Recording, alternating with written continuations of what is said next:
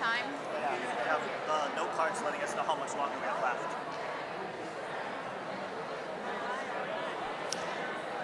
Very helpful. I suspect you on Zoom will get more than this. We're getting started, folks. Please take a seat. Thank you. Oh, yeah.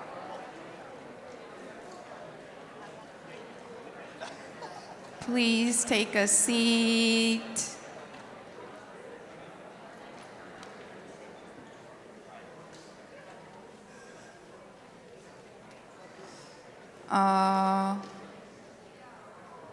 Hi, come on in. Take your seats, please.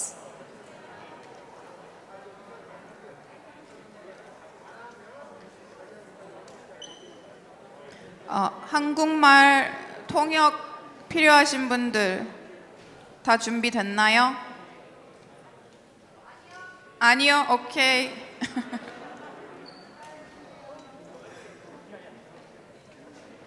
Welcome, everyone. Please take your seats. We'll get started very, very soon.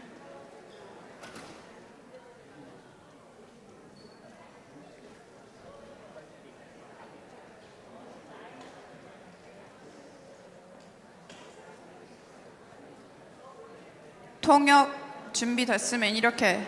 오케이, 좋아. Live stream.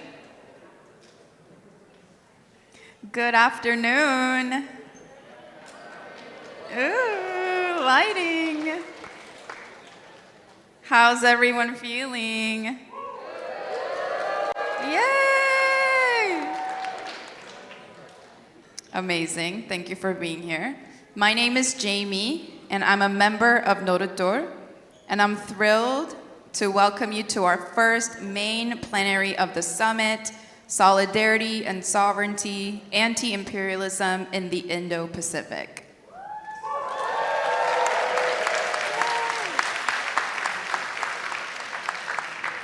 Before I introduce our speakers, I want to briefly contextualize this panel. As organizers and educators and artists in the room, perhaps our most important task is to help people become conscious of who the enemy is.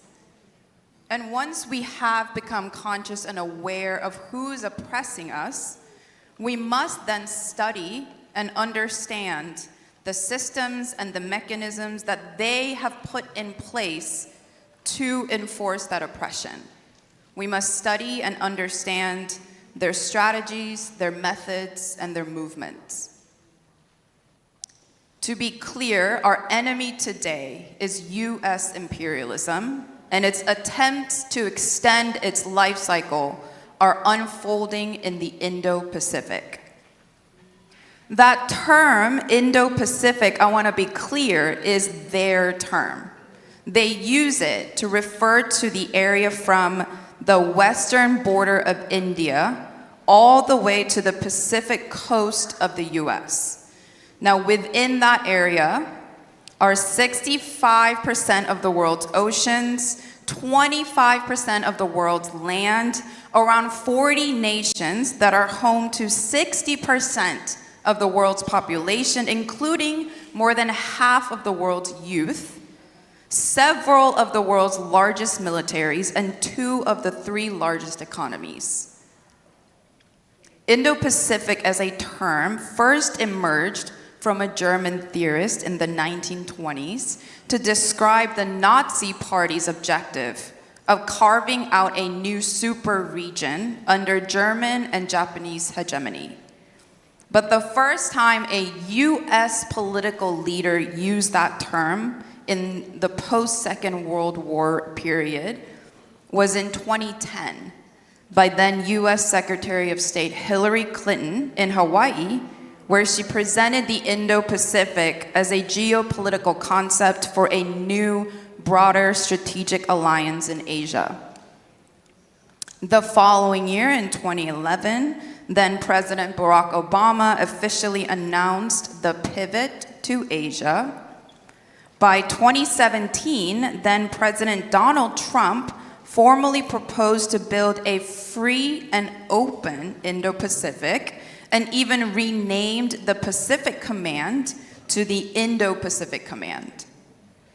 And in 2024, the Biden administration boosted the defense budget with over $15 billion earmarked specifically for the Indo-Pacific Command. This, of course, was a reaction to the enormous success of the Chinese economy in contrast to the decline of that of the US. See, by 2007, the Global South had overtaken the Global North's economic output, with China in the lead. On top of that, China had distributed $36 billion in substantial development funds to other nations in the Indo-Pacific in 2017. China signed more free trade agreements with Indo-Pacific nations than the US, accounted for 35% of the world's manufacturing by 2020, and today China is the world's leading exporter.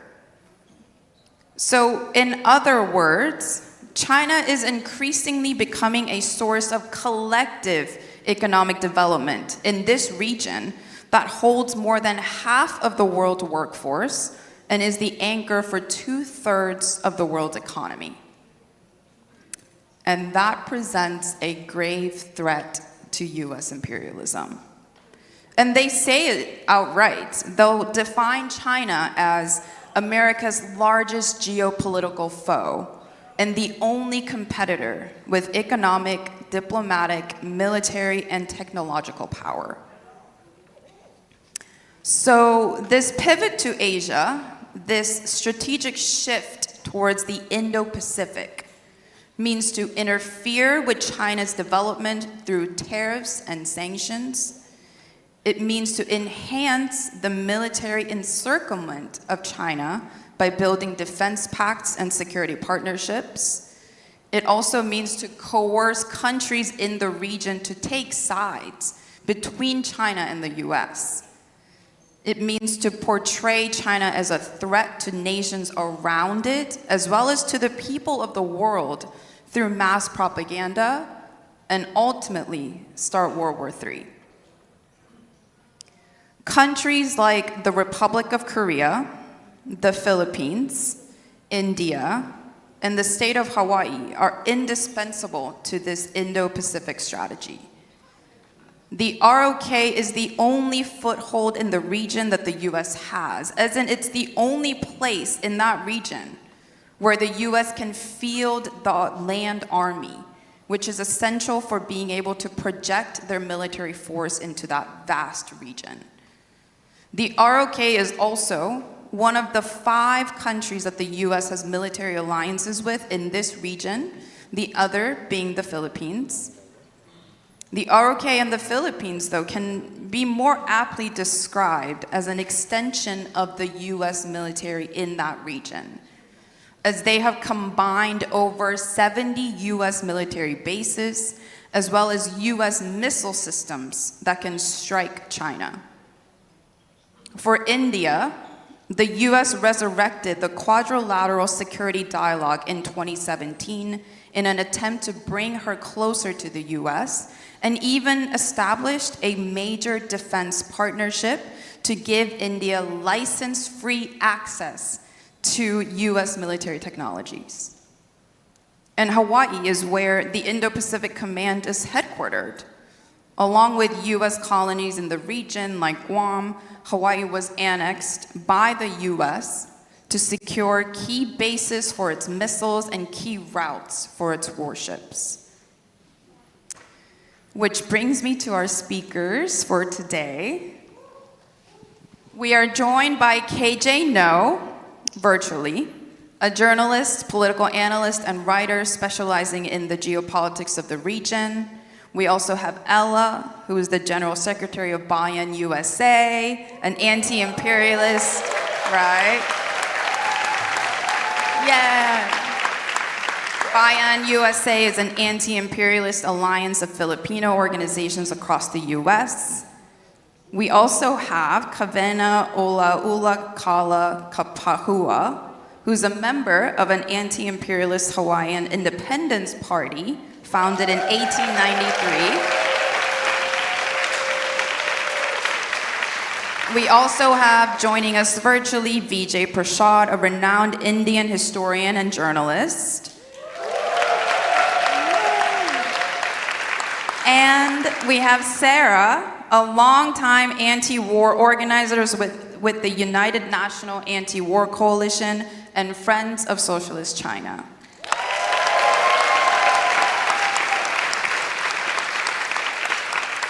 We are so fortunate to be able to hear from organizers thinking really deeply about the conditions of these different nations of the Indo-Pacific and organizing directly to build the broader anti-imperialist movement here in the US.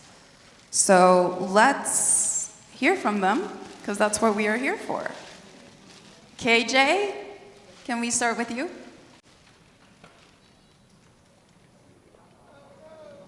Oh, 1 second, we can't hear you.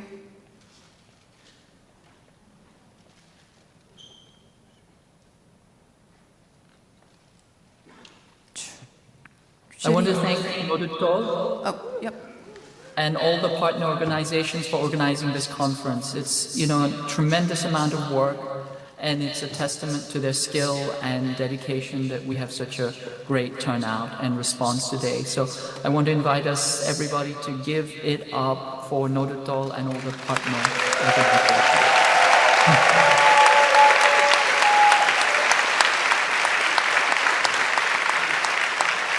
Those of us who've been involved in movement work, we say we don't despair, we organize. And this is what good organizing looks like. And I also want to note that some of us get to be more in the spotlight when the real hard work has been happening behind the scenes, before, during, and it will continue afterwards. And some of us get to inappropriately get more of the surplus value of the work, the recognition, if you will, when it should actually be given back to everybody, organizers, volunteers, coalition partners, participants, everybody here. So what we're doing here is the work of solidarity. So I invite us to hold that in our hearts as we proceed through these next few days. I want to start in an oblique fashion on the topic with the idea of privilege. Many years ago, Peggy McIntosh wrote a paper called Unpacking the White Knapsack. It's problematic because it focuses on individuals and it doesn't unpack the mechanisms behind it. But let's take that as a starting point. And I want to outline the privilege of the white empire. In other words, I want to unpack the imperial knapsack, or the white imperial knapsack. To cut to the chase, it's the privilege to be ignorant, greedy, selfish, and violent without limits. It's the privilege to conduct genocide at will. Currently in Palestine, live streamed before our eyes, we see children maimed, shot, tortured, starved to death. Parents shot dead for the crime of wanting to feed their children. Doctors shot dead for the crime of saving lives. Journalists shot dead for the crime of telling the truth. People shot dead for the crime of being Palestinian. And even here, people disappeared for calling out this atrocity.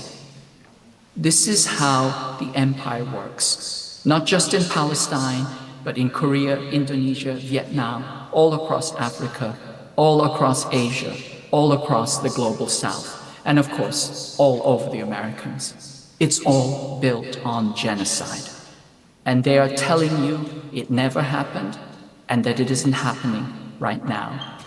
It is the privilege of the white empire and its denizens to be ignorant, or rather to pretend to be ignorant, and of course hypocritical, and to claim to have a monopoly on history and reality and truth and morality. So this is what we're up against. Let me give you a few more examples of white imperialist privilege. The first thing that we should think about is language. We're mostly speaking English today, and this is the unearned privilege of the empire. All around the world, conferences are conducted in English. This is the language of empire. The white imperialists can travel, work around the world without having to learn a foreign language. They have a monopoly on the means of communication, the language itself. Many of us here had to learn English, and it's no exaggeration to say that we suffered learning it. 고생 많이 하셨습니다. Some of us beat ourselves up. We are ashamed because we do not speak the colonizer's tongue fluently. It is the mother tongue of propaganda and indoctrination, which I will get to later. The other privilege is land. Land is the core privilege. The white imperialists can live, work, reside, buy and sell land that is not theirs, stolen from the peoples of the world. These days, some of them will do a token land recognition statement. We recognize this land belongs to such and such native tribe. Watch out for those who think that a token incantation is meaningful. Land recognition is 500 years overdue. It should have happened 500 years ago. It's 500 years too late. But if you recognize the original owners of the land, if you really recognize, then now is the time not just for recognition, but for responsibility, remorse, reparation, redress, and return. If all you do is recognize, your recognition is a cover-up for genocide. Think about it.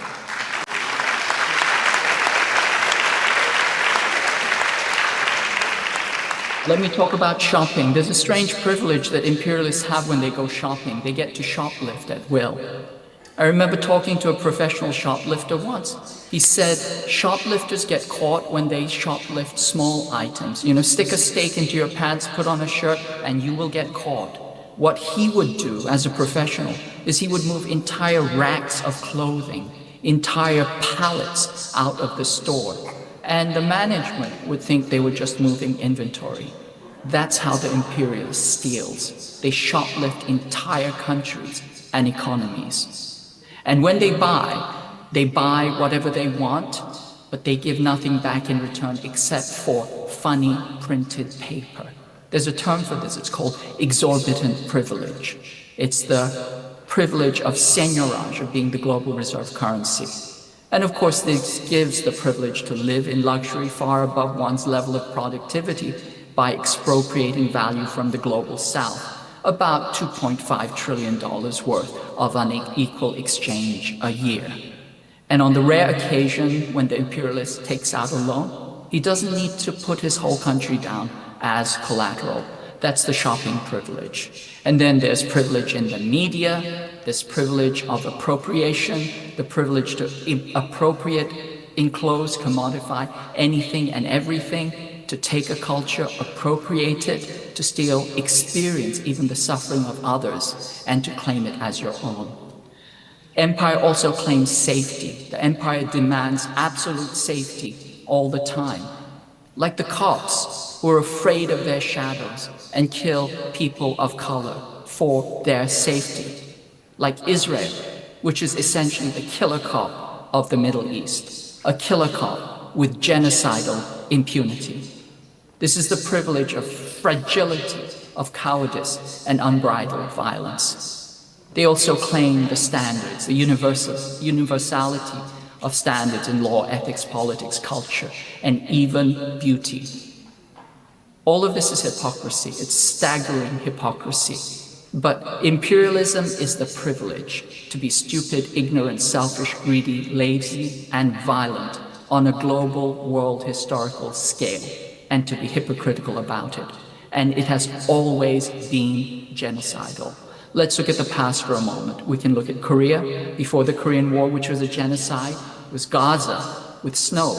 We can think of the massacres that preceded and led up to the war. Jeju massacre, the Porto League massacres. They wiped out over 1 million Korean leftists, buried them in mass graves, or dumped them into the ocean. So many bodies washing up that 500 miles away on Japanese shores, the Japanese government complained about the bodies washing up. The longest mass grave in the world, 10 football fields long, is in Korea. 150 unexcavated mass graves in South Korea. The scale of atrocity is staggering. Think of Indonesia, Southeast Asia, Africa. Children are still being blown up in Laos, Cambodia, Vietnam. They're still dying from Agent Orange. And now the empire is preparing another genocide. This one's an omnicide. I'm talking about war against Korea. It's a three-step process. You can track the policy, think tanks, grand strategy, national defense strategy, national security strategy, legislation, appropriations policy, preparations, messaging to troops. It's all there. On the outside, you can note a three-phase escalation. The first phase is pre-kinetic war, information war, manufacturing consent, demonization. You get this every single day. The second phase is staging the theater. That's preparations, war games, pre-positioning, logistics, and alliances. The third is provocations. Driving into the paint, trying to draw the foul, trying to create a provocation. That is what's going on. Why is the war about to happen? Why is it real this time? Right now, the US is conducting department-level exercises. These have not been done in 35 years. Look it up on the internet, you won't find it, because it didn't happen. It hasn't happened since the internet was invented. So let's think of Korea, 275 days of military exercises last year, 20 nuclear bombing runs, just another one recently conducted. Live bombing rehearsal with 150 houses destroyed in a single blow. That's what happens in war. When you have the scale, scope, intensity, and tempo that approaches war, you get friendly fire incidents. The US Army is also rehearsing the capture of POWs. That's unheard of granularity. And we also just missed a war provocation by the Yoon Suk-yeol government, which tried to trigger a war with North Korea. One more thing, this is not a joke. The ruling elite love their golf courses. They place golf courses everywhere. The Biden-Trump debate was really a debate about their golf handicap. But when the ruling imperial elite give up their golf courses and turn them into missile bases, you know that they're serious because they never give anything up. Right now, golf courses all over Yonaguni, in Japan, also already in Korea, are being turned into missile bases. That means they're serious. What do we have to do? First, decolonize your mind. Your mind is a terrain of battle. Don't let it be occupied. We have to resist propaganda and indoctrination. We're already speaking the language of the colonizer. So, as was already pointed out, even the term Indo-Pacific is the language of the colonizer. It's a Bismarckian colonial truth. Watch out for the language. When the empire goes to war, the words are the first thing to be drafted. When they say operations, that means war, war fighting. When they talk about an operational concept, those are war plans. When the US says that they only have wartime OPCON of South Korean troops, they're saying they have wartime war fighting control. In other words, it's nonsense. It's a tautology. Armies are for fighting wars. If you control them in war, you control them. It's like saying you only have car control when the car is being driven. The only time control matters, it's when it's being driven. Don't be deceived by language. Other words, defense means offense. Rotational presence means base. Security means hegemony. Deter means to provoke. Joint command means US control. So watch out for that. Watch out also for misdirection and projection. The US is perpetrating a genocide, and they will try to make you think that someone else is responsible, and they will start a war making you think that they're trying to prevent it. Okay. We have to make the connection. Empire is a global project. It has killed off, by one estimate, over 3 billion humans since the Industrial Revolution. Let's make the connections. Just one example, Taiwan. Taiwan Island was the global center of an alliance of fascist dictatorships, pariah states, and Nazis. Park Chung-hee, Israel, South Korea, Marcos, Philippines, Eastern European Nazis. Dirty wars and dirty operations that were too dirty for the CIA to do directly. They subcontracted to Taiwan Island. They also they trained death squad leaders in Taiwan. Now, more recently, Taiwan facilitated Israel's pager attack on Lebanon, and they supported South Korea's recent military coup by Yoon Suk-yeol. The South Korea's chief of military intelligence went to Taiwan to get their support just days before the military coup. When Korea and Taiwan start coordinating on military coups and political messaging, we're back to the bad old days of Park Chung-hee. Why did Yoon want a coup? Why did he try and provoke a war with North Korea? That would have handed operational control of the South Korean military to the US, which would then have 3.6 million Korean troops under US control to use as a proxy and cannon fodder in war against China. Remember, Taiwan functions for the empire like Israel in East Asia. Okay? We have to make the connections. We have to understand what's going on. Make the connection between New York courts and the war against China. How New York's Southern District Court issued the arrest warrant for Meng Wanzhou. Meng Wanzhou is the CFO of Huawei. Huawei is a worker-owned company, and they were building out the digital sovereignty of the global South. They were the architects of a digital Bandung outside of the reach of the Western panopticon. So the US kidnapped the CFO, Meng Wanzhou. Who issued the arrest warrant? New York Southern District Court. The organs of imperial power always work together. Beware of false friends. Watch out for the lies they tell you. Watch out for Amy Goodman. Watch out for the jackals at Jacobin. Watch out for Mehdi Hassan and all the other propagandists who try to buy legitimacy for the empire. Okay? And also beware of wokeness and woke washing. We have to be very, very alert. And also remember there's an ideology that undergirds empire. It's around individualism. The word individualism doesn't exist in the English language until the 1750s. It's always prefaced at the time with the word economic. In other words, it's a euphemism for capitalism, economic individualism. Why is individualism so important?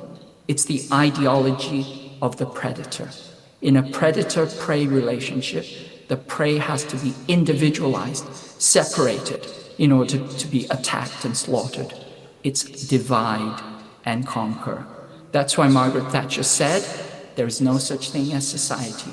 There are only individuals. The last thing the empire wants is collective resistance and solidarity. We have to fight that indoctrination. We have to fight, we have to challenge, we have to organize. South Korea cannot be pulled into an imperial war against China. And in order to prevent, the first thing that South Korea needs to do is it needs to recover operational control of its own troops. It needs to recover sovereignty. We start from sovereignty, we build solidarity, and together we try and resist empire. Thank you.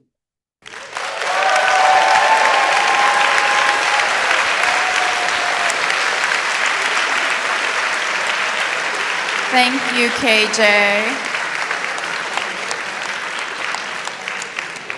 Thank you again for that important lesson on making the connection, staying alert, understanding your enemy, and let's correct the ingrained ideology of individualism. And now, Ella. Isang mainit at maalab na pagbati sa ating lahat. Warm and militant greetings to all of us.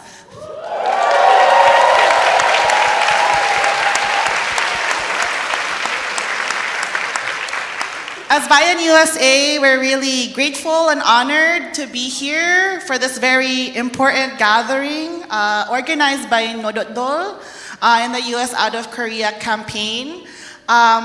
Thank you also to the interpreters, and I will try my best to stick to the pre-written remarks, but I apologize in advance.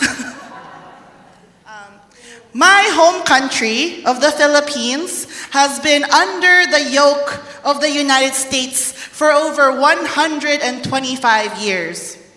The Southeast Asian archipelago was one of the United States' first overseas colonies after the Philippines was sold off by Spain for a measly $20 million in the 1898 Treaty of Paris. This included Puerto Rico, Guam, and Cuba. Spain sold the country to the United States to save face after losing to the brave Filipino people who fought fiercely for our national liberation. We won our revolution against Spain, the country's colonizer for over 3 centuries. And today, the revolution rages on, unfinished, against US imperialism.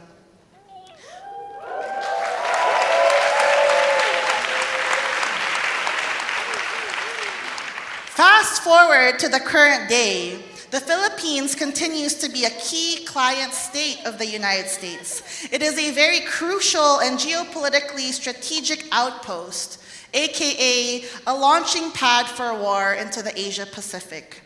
Less than 5 hours from China, 4 hours to the DPRK, less than 3 hours to Hong Kong, less than 5 hours to Japan, and so on. Though the Philippines is not a direct colony of the United States, it is what we call a semi-colony or a neo-colony. The government is managed by bureaucrat capitalists, a puppet class of compradors and landlords. These bureaucrat capitalists follow the dictates of US imperialist interests in capital, selling out our country's natural resources, sovereignty, and people in exchange for wealth, power, and political cover. Though the People's Movement kicked out the US bases from the Philippines in the 1990s, give it up for that.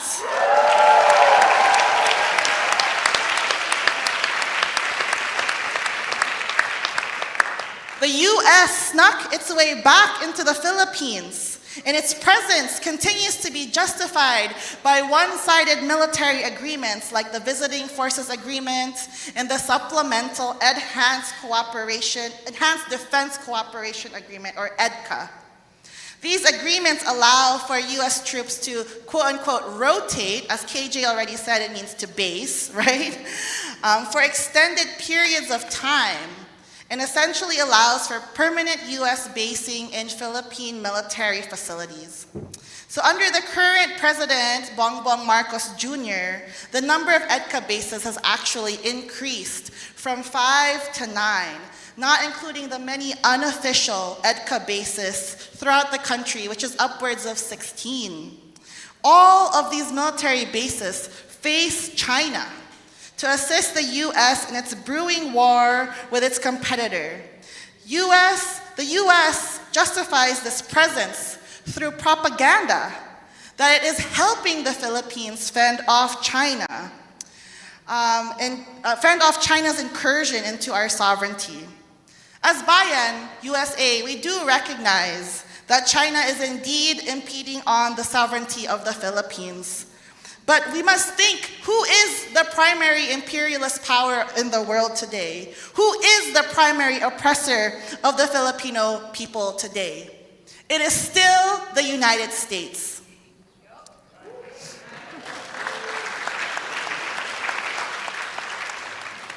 So as our comrades have said, we must name our common enemy, and we must study their moves and maneuvers so that we can organize together. And last year, Bayan USA organized a peace mission for our US Out of the Philippines campaign, where 28 solidarity activists went to the Philippines to learn for ourselves the impacts of US militarism in our country and build solidarity between our movements. I am happy to report that Moderator has been sending delegates on this peace mission since 2014, and once again sent another delegate to our peace mission in 2024.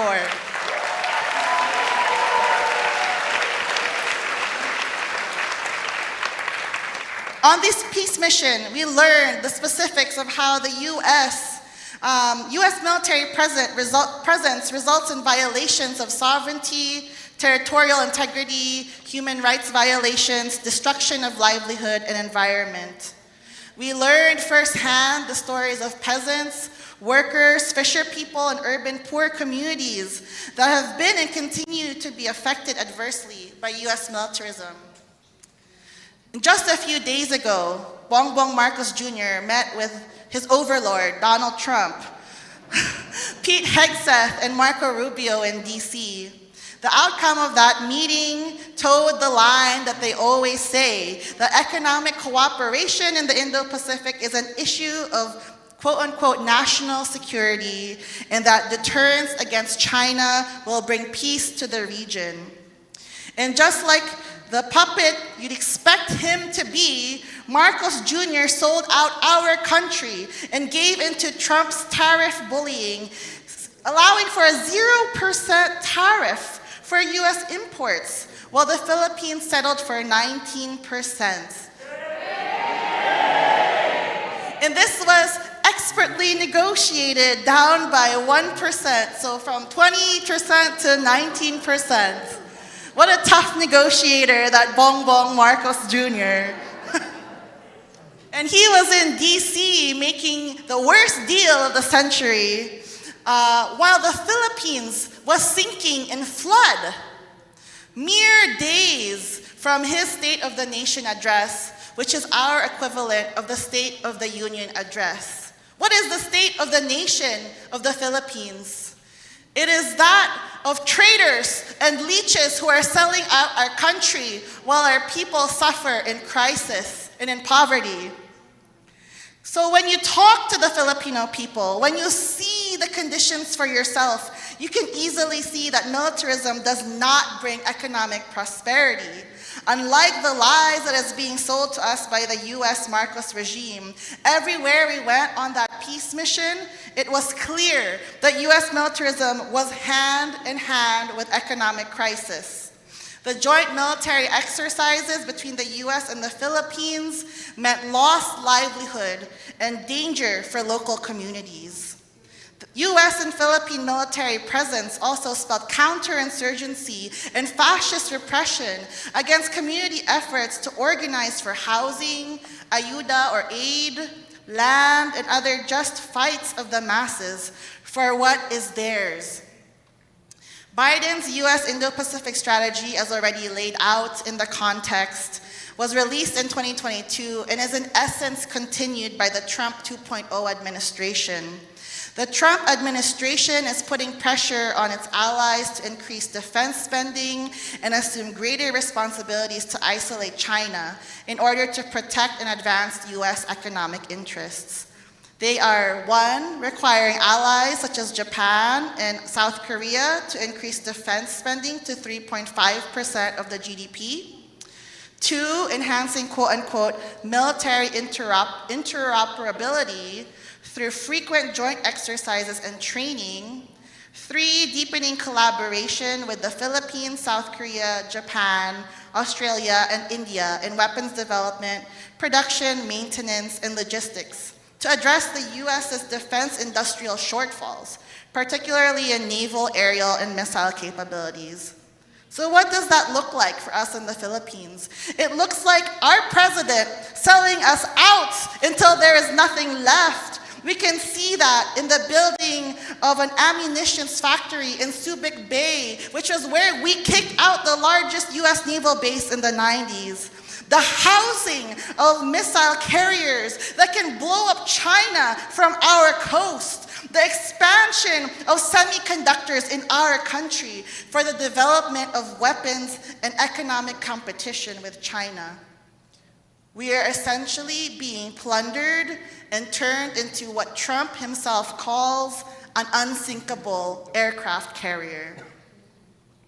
All of this talk of enhanced cooperation between our countries, Republic of Korea and the Philippines on key areas like maritime security, economic cooperation, promoting regional stability, and so on. It's really part of the US's ploy to maintain hegemony, as we've already said. Maintain hegemony in the so-called Indo-Pacific, which accounts for more than half of the world's economy. And in essence, the enhanced cooperation of the Government Republic of the Philippines and the ROK is that of traitors and sellouts. So let's turn it around and enhance the cooperation, or more precisely, the solidarity between our people's movements.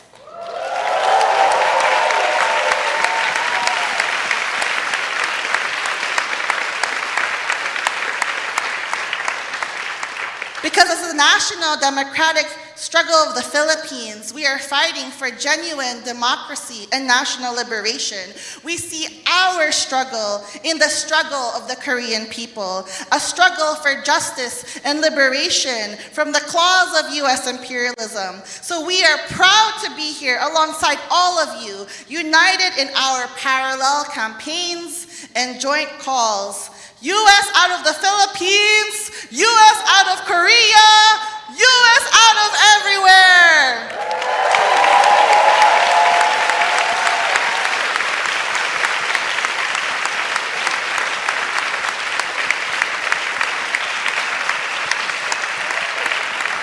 From Korea to the Philippines, stop the US war machine. From Korea to the Philippines, stop the US war machine. Thank you.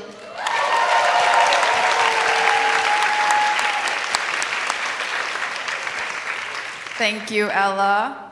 Kill dot. I don't want to follow that.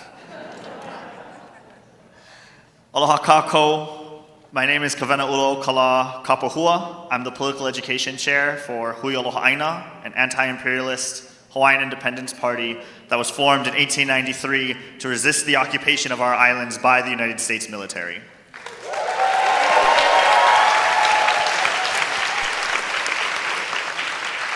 I'm honored to be here with all of you today at this crucial time for Asia and the Pacific region. The Pacific Islands have been dealing with empire as long as the Europeans have known the world wasn't flat. But it has been most damaging to us in our interactions with the United States, attempting to make us dominoes in their dominion. US attempts to expand past the land limits of the American continents have meant trying to turn the Pacific from the largest ocean on the planet to essentially an American lake. Pacific Island nations are actually among the largest nations on the planet in terms of total territory, including our water.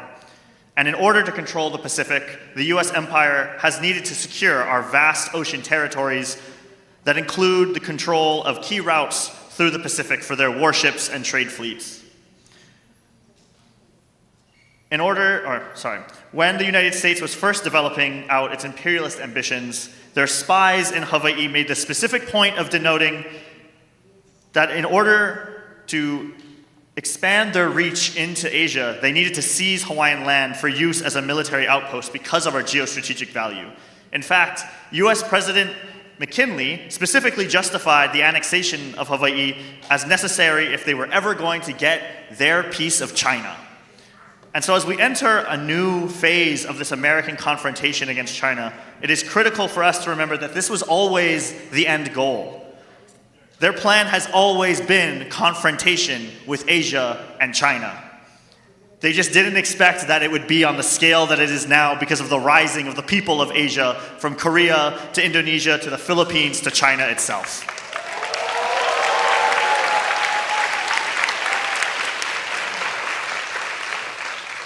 But this is why the United States has engineered relations with the Pacific Island nations to be a relationship of dependence.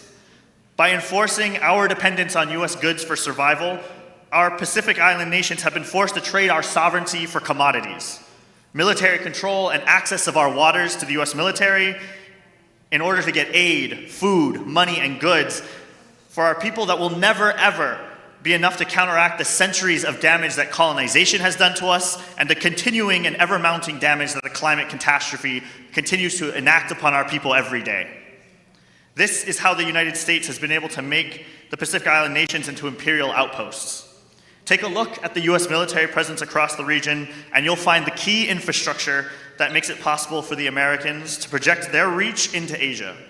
The famous bases may be in Okinawa or the Korean Peninsula, but logistically, none of it is possible if they don't have outposts throughout the Pacific. The US claims that this offers us protection, but it actually places us at risk by making us major nodes of US control. And that brings us to a crucial reality. The fact that Hawaii and the Pacific have been made into the front lines of empire, from which they can launch their wars of aggression and raids into Asia.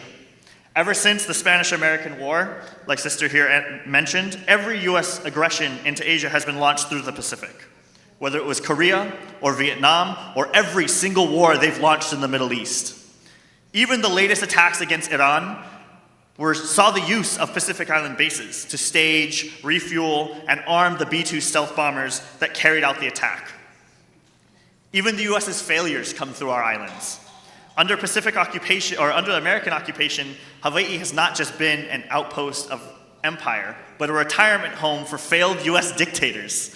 People like Syngman Rhee or Ferdinand Marcos, both of them were evacuated to Hawaii when their regimes collapsed and allowed to live out their fascist retirements in our homeland.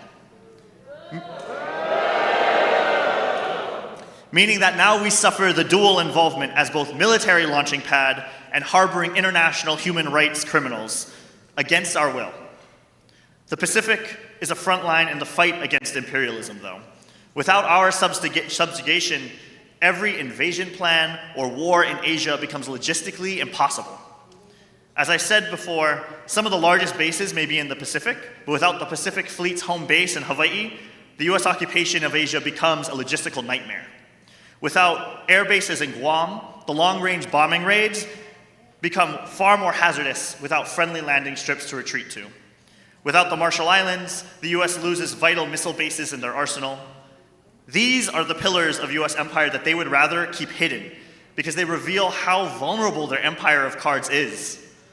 That is to say that the US will not implode overnight if they lose access to these bases, but suddenly their ability to wage war in Asia is completely broken and it shifts the balance of power across not just Asia but the world. In Hawaii, American occupation approaches what is certain to be a vital confrontation.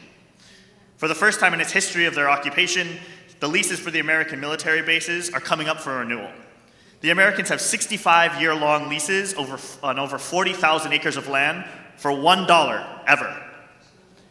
So I've heard, New York has a little bit of a housing crisis. If you guys need solutions on rent stabilization, I think your military has figured out a way to do it somehow.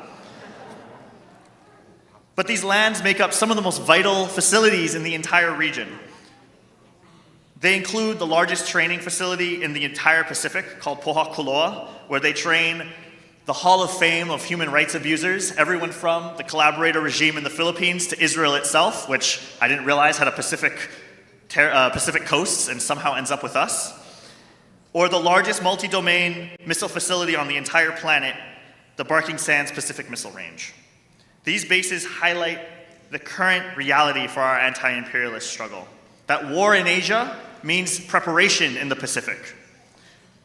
The struggle to end these leases and to force the military to concede this land has already begun, but it's going to take a massive confrontation throughout the region to force the concessions and the outcomes that will have an impact across not just Hawaii, but across the Pacific and Asia.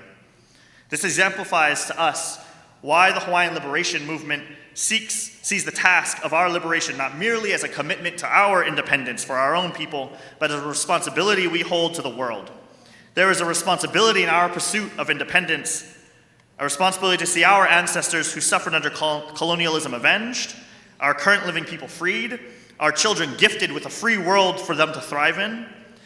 But beyond our people, there is a responsibility in our independence because our independence means that our international brothers and sisters are defended as our home is no longer used as a weapon against them to train and build the US empire to launch against them.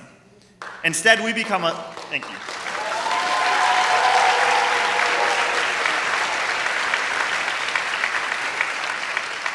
Instead, we become a shield to block the Americans before they can cross our ocean. Every victory we score, every base we close, weakens imperialism in the region. And that is the only way there can truly be a free and independent Indo-Pacific, as the American military calls it. That's the only way it can be brought to fruition. By ending US control of our waters, by regaining our sovereignty and regaining our region. A free and socialist Korea and a free and independent Hawaii.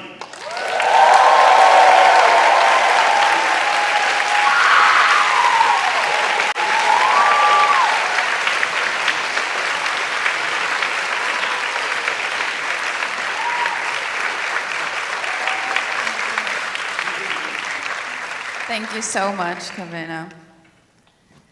Let's check in with Vijay. Test, can you speak? Yes, can you hear me? Yes, we hear you. Okay, great.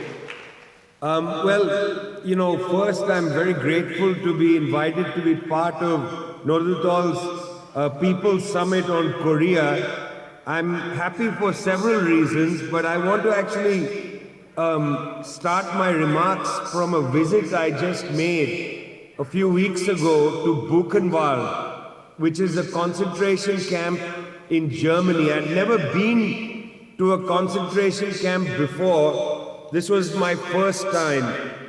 I was struck by a stable, a horse stable, where the young German farm boys wearing German military uniforms took young farm boys from Russia wearing Red Army uniforms and shot 8,000 of them in the neck. 8,000 young boys shot by other young boys in the neck. And that was it. Millions of people killed in that war. It took 27 million Soviet citizens to die for fascism to be defeated. It was the Soviet Union that crushed the might of Hitler's armies. But at the same time, it took about 20 million Chinese citizens to die to defeat Japanese imperialism. In fact, Second World War, which is conventionally thought of as a European war, was actually a war that starts in Asia. It starts in Asia in 1937 at the Marco Polo Bridge incident 2 years before the 1939 invasion of Austria and Czechoslovakia and so on. And that war in Asia goes on till 1949, when the Chinese communists chased the reactionary Kuomintang to Taiwan. It was a much longer war. 20 million dead there, millions dead in the rest of Asia. But that Asian war is often not thought about. And I want to put that on the table, because on the 3rd of September of this year, we will commemorate the 80th anniversary of the defeat of fascism. That fascism is coterminous with imperialism. It was defeated in Germany by the Soviets, and it was defeated in Asia by largely the Chinese communists. Both in Europe and in Asia, the communists defeated fascism. Don't let them forget that. They would like you to think it was a group of Iowa farm boys, who landed in Normandy and sort of haplessly showed up in Germany. Not true at all. Not true at all. We said no fascism. We announced in Spain no pasaran. And we continue that slogan till today. No pasaran in Asia as much as anywhere else. Hands off Asia. United States and its hyper-imperialism. 900 military bases around the world. 900. No other country has foreign military bases like the United States. 900 military bases. Of annual world military spending, the United States and its NATO allies, including the Republic of Korea, accounts for 80% of world military spending. 80%. Russia, 10%. China, 4%. But if you read the hideous New York Times, you would imagine that China is the greatest threat to the planet. 4% of world military spending, as opposed to 80% from the NATO plus countries. They celebrate NATO, as the great harbingers of democracy. NATO, which destroyed Yugoslavia.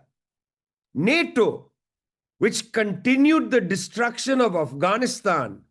NATO, which participated in the illegal war against Iraq. NATO, which destroyed Libya. And now they have the gall to talk about Asian NATO. We don't want an Asian NATO. We don't want an Asian NATO because we say, hands off Asia. Hands off Asia.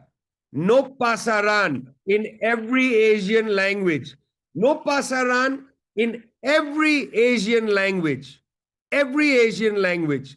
From Korean to Urdu, from Chinese to Japanese, every Asian language, no pasaran, hands off Asia. It's important to understand, United States cannot fight all these wars of desperation by themselves. So they create effective allies among the bourgeoisies in countries around Asia, around China in particular.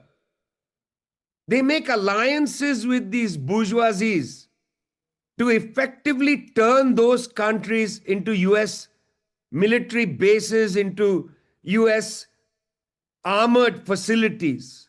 Whether it's the Republic of Korea or Japan, the Philippines, and so on, these countries have become effective military bases for the United States.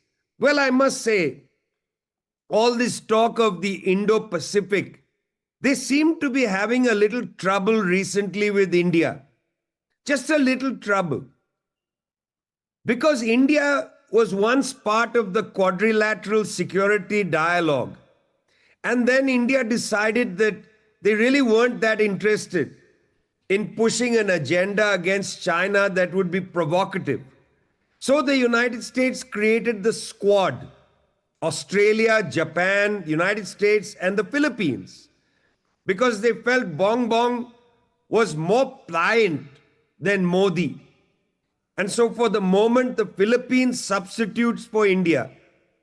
When the Indian foreign minister was asked, would you join NATO? Even though he's a right-wing man, far right-wing man, he was asked, would you join NATO? And he said, we don't believe in the NATO mindset. We don't believe in the NATO mindset because we say, hands off Asia. We don't want NATO. We don't want military bases. We don't want a confrontation with China. It's not good for anybody. Look, United States was defeated by Afghanistan. United States was defeated by the Taliban. You can't beat the Taliban. You think you're going to defeat the Chinese? Are you crazy? Hands off Asia. We don't want a war. We don't want a confrontation. You know, the United States knows only two words: austerity and war. Austerity for their population and war for everybody else. We say no war, no austerity. Instead, we say development and peace. We say peace for everybody, development for everybody. United States says war for you, austerity for our people. We reject that. We reject their partial understanding of the world. Austerity for the poor, war for the rest. We say universally, peace for everybody. Peace for everybody, development for everybody. Because if you take peace and development seriously, that, my friends, is the road to a much more harmonious world. And we want a world in harmony. We say hands off Asia. We say hands off Asia because we say peace and development. Hands off Asia. Peace and development. Not war and austerity. No war. We don't want war. They want war. It is in their habit to think of war. We are not interested in war. We want peace. We don't want the sad old breath, the stinking breath of pestilence and war. We don't want that. We want to come at each other with an embrace and say, I see you. I see you as a human being. I don't want to kill you. I see you. I recognize you. I know you. I want to embrace you. I don't want to smother you. We don't want Gaza. We don't want Gaza for the Palestinians. We don't want Gaza in Asia. We don't want that. We say hands off Asia. We want peace and development. Hands off Asia. Hands off Asia now. Thanks a lot.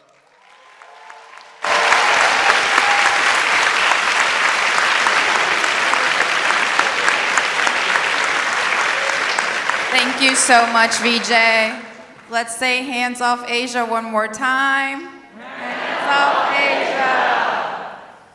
Thank you. Sara, bring us home to the U.S.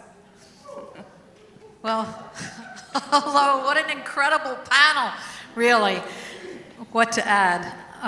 Let me start by saying that this incredible Whole People's Summit has been built over months. And I want to salute this effort and congratulate the activists, the organizers, the thinkers who really pulled this off. It's a big thing. And I've seen the careful planning over months. I'm proud to have had the opportunity to participate as a convener with the United National Anti-War Coalition. And I'm a contributing editor to Workers' World News. We've opposed U.S. war, troops, sanctions, and the imposed division of Korea for 50 years. This incredible gathering is desperately needed. It's a serious political undertaking, and it's been carried out with the greatest attention because radical world changes demand that we recalibrate and plan at a higher level. The Korean forces have, with great seriousness, they're reorienting their own milieu, and they're reaching out widely where they have influence. And we should all take note. We all need to consciously strip away illusions. The whole Korean people, North and South, they demonstrated for decades in the millions their desire for peaceful reunification. The campaigns asserting Korea is one, huge mobilizations demanding that the U.S. sign the peace treaty, this was the aspiration of the whole people. And it was represented in general strikes, in uprisings, in massive marches, even in the elections. Now, the Korean people deserve peace, autonomy, self-determination. What's the biggest impediment? It's U.S. imperialism, U.S. occupation, U.S. bases. There's 70 U.S. bases in South Korea, including the largest overseas U.S. base, Camp Humphrey, along with a thicket, as was described, of U.S. bases in Japan, Taiwan, Hawaii, Philippines, Guam.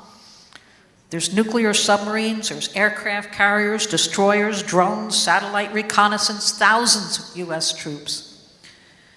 These U.S. bases, they strip the land, they foul the sea, contaminate the air, corrupt and distort economies, dominate political life.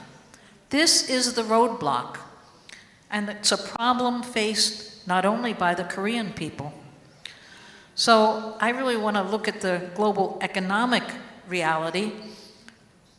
U.S. imperialism is in decline and decay. Yes.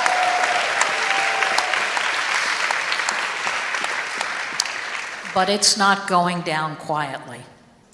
Now, there are times in history when war and politics converge with economics, with a changed material reality, to create a true turning point, a turning point in which things cannot and will not ever be the same. Such points in time are marked by fierce struggle, and it appears chaotic. Now, in the 1950s, when much of Europe and huge swaths of Asia was in ruins following World War II, US imperialism made the rules, ruthless rules of vicious neo-colonial new order. The US war in Korea was an offensive to roll back the revolutionary waves in Asia with a level of destruction and death nationwide such as we see in Palestine, in Gaza today. Famine, not a building left standing, literally no more targets. The toll was horrific. 4 million Koreans died. Mass graves. But the war in Korea did not end in a US victory, in a reconquest of all of Korea, such as existed under Japanese imperialism. The US military was unable to move into China. And this is where revolutionary determination, revolutionary morale is a material factor. Korea was the first real US setback, and US imperialism has never forgotten this Korean accomplishment. And the Korean people have never forgiven this destruction. So what's different now? In the 1950s, the US accounted for over 50% of world global production. This was 35% by 1960, sinking to 25% by 1980. It's only 11% today, as production has grown globally with new technology, rapid modernization, new levels of cooperation due to the BRICS and the Belt and Road, and a host of other new levels of coordination among developing countries of the global South. It's moving even faster. China now holds 45% of global production and is willing to share its technology and help the formerly colonized countries of the global South in their development. That's different than old colonialism. The capitalist class in the US is frantic. How to reverse this 11% and slipping. They arrogantly want to still conduct business as they did in the 1950s, even though its industrial capacity is a mere fraction today. Now, they blame China for this spectacular level of modern industrial development. China has the ability to plan. The key industries and resources are owned by the whole people, not a handful of billionaires. And that's the game changer.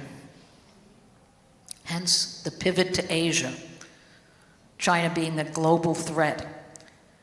US imperialism views the productive capacity of every country as a threat. Even its allies and compliant underlings are a target because they're desperate to extract every possible concession and dollar of profit. Tariffs against every country. They're ruthless, 10%, 15%, 25%, 50%, and even more. But it won't reverse this process. It'll actually speed US decline. Now, the US demanded that the compliant South Korea pay for its own occupation by US troops. It's an intended humiliation, and it'll cut deep into the lives of the Korean workers. And this is hand in hand with an all-out attack on the working class here in the US, where 70% of the population now lives paycheck to paycheck. Education and medical costs are prohibitive. There's the highest per capita prison population in the world, and racism is so embedded it's in the very air we breathe. The US spends more on its military than the rest of the world combined. As has been described, this huge military machine is the biggest source of profit for the billionaires. It's a giant unending subsidy to the biggest corporations that exist to maximize profit, not to invest shareholders' money in decades of long-term development. There's no capacity here to invest trillions of dollars that's needed for modernizing U.S. infrastructure. The railroads, ports, shipbuilding, new forms of energy, and communication. I've written a lot in the past about this late-stage, cutthroat, competitive monopoly capitalism and why it's not capable of cooperation and planning required in this global stage of modern technology. It's a fundamental problem. And suffice it to say, U.S. strategists and military and industrial planners realize that their only survival is pulling everything else down. Their only remaining leverage is war. The only thing that can slow the productive capacity of the developing countries is the absolute ruin of war. Sanctions bite deep, make life difficult. It slows industrial production.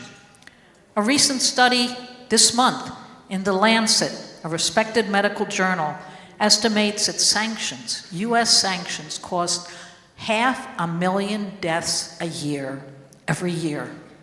This exceeds any form of war. 500,000 deaths a year. And the longest sanctions are on the Democratic People's Republic of Korea. U.S. sanctions, UN sanctions imposed as a U.S. demand for 70 years. And this despite the vicious weapon of creating artificial famines and disease. But still, the U.S. is declining. It's increasingly the targeted countries that are finding ways of trading with each other despite the demands that they ostracize more than 40 sanctioned countries, a third of the world population. And this is true even as Washington resorts to greater and greater military expenditures. Republicans and Democrats, administration, they vote for it. They are preparing for a new war in Asia with the bases, the alliances, the threats. It's aimed at China, it's aimed at Korea, it's aimed at all of Asia. We take it seriously. But we should also keep in mind, although new technology has put lethal power into the hands of the Pentagon in the form of drones and GPS-guided bombs and computers and satellite communications, throughout history, technological breakthroughs create social and political change. And this new technology has given formerly colonized people new tools of self-defense. And it's undermined the strategic position of the imperialist powers. The Pentagon couldn't prevail in a 20-year ground war in Central Asia, the poorest country, Afghanistan.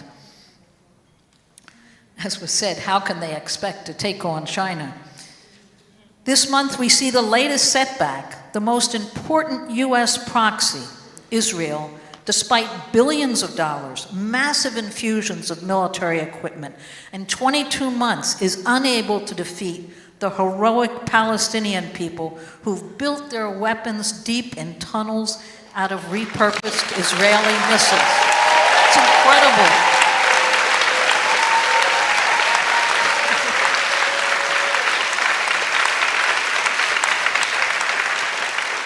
What's it show? It shows that political will and morale are again proven to be more powerful. Now, Israel tried to widen the war and turn their failure in Gaza into a surprise attack on Iran. The U.S. provided the most modern weapons, and Israel found that they couldn't sustain 12 days of the Iranian response missiles. What an accomplishment! Israel's missiles, they broke through the Iron Dome and David's sling, and the Zionists found they were not invincible. So the world is changing. Consider Yemen. Who would have thought it's possible?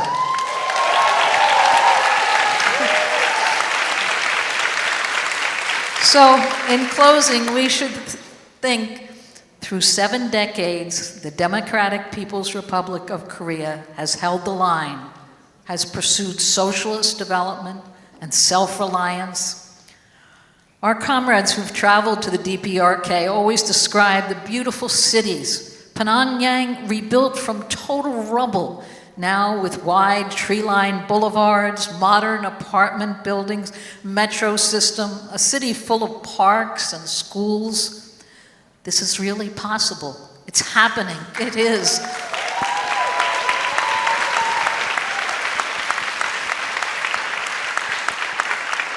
The spirit of Juche and socialist planning, self-reliance have won out in the ability to protect the Korean people from another round of horrific US war.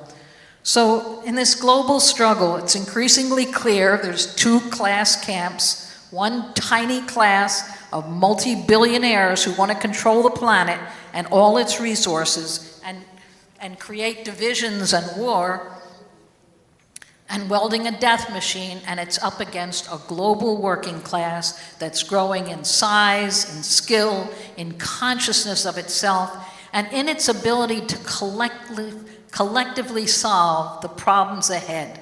So in closing, I'll say anyone who supports the working class has a duty to support the Korean people's mobilization. That's why today is so important. The first step is to demand that US troops get out of Korea, close all the US military bases, end the US military occupation, the war games, the nuclear threats, end the sale of ultra-offensive weapons to South Korea, fight US plans to build a military alliance in the Pacific, and the demonization of the DPRK and their socialist construction, lift all the deadly economic sanctions, end the repression of the workers in the ROK, South Korea, who are demanding labor rights and protections. Our role is to defend the Korean people and their struggle against US war, sanctions, the division of the Korean peninsula, death to US imperialism. Death to US imperialism.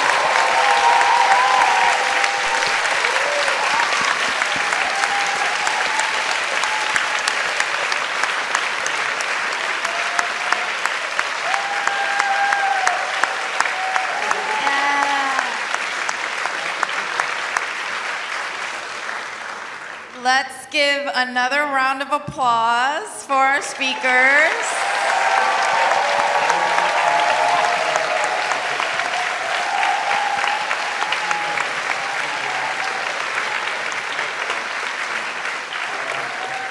Thank you, everyone, for that illuminating scientific and materialist education and your powerful declarations and demonstrations of solidarity with the struggle for Korean national liberation. You know, we felt that it was really critical to open the summit with this big picture analysis of what's happening in the region at large, as Korea is just a part of the world. You know, the situation in Korea has an influence on the world, and the situation of the world also concerns Korea. And by considering the wider region at large and connecting with our comrades, representing the various struggles, we can be scientific in our understanding of the world and also come together to wage a unified struggle across all of these various sites of occupation and militarism. But of course, this is the People's Summit for Korea. So tomorrow we'll be diving deep into the conditions of the peninsula. Our morning plenary will feature our comrades from the ROK who traveled all the way here. Yeah. They traveled a long way to help illustrate what US imperialism in Korea looks like, both from a historical and a contemporary perspective. And then our afternoon plenary will focus on the DPRK, featuring veteran organizers who have years of experience not only studying the long revolution of the DPRK, but also witnessing it firsthand.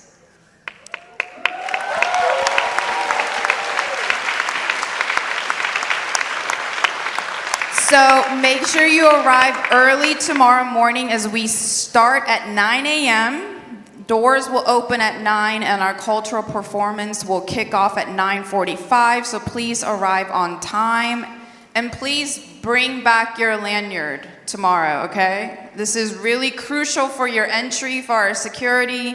You can keep it in your bag, wear it around your neck when you go to sleep, hanging on your front doorknob, like whatever you have to do to bring it back. And that concludes the first day of the People's Summit for Korea.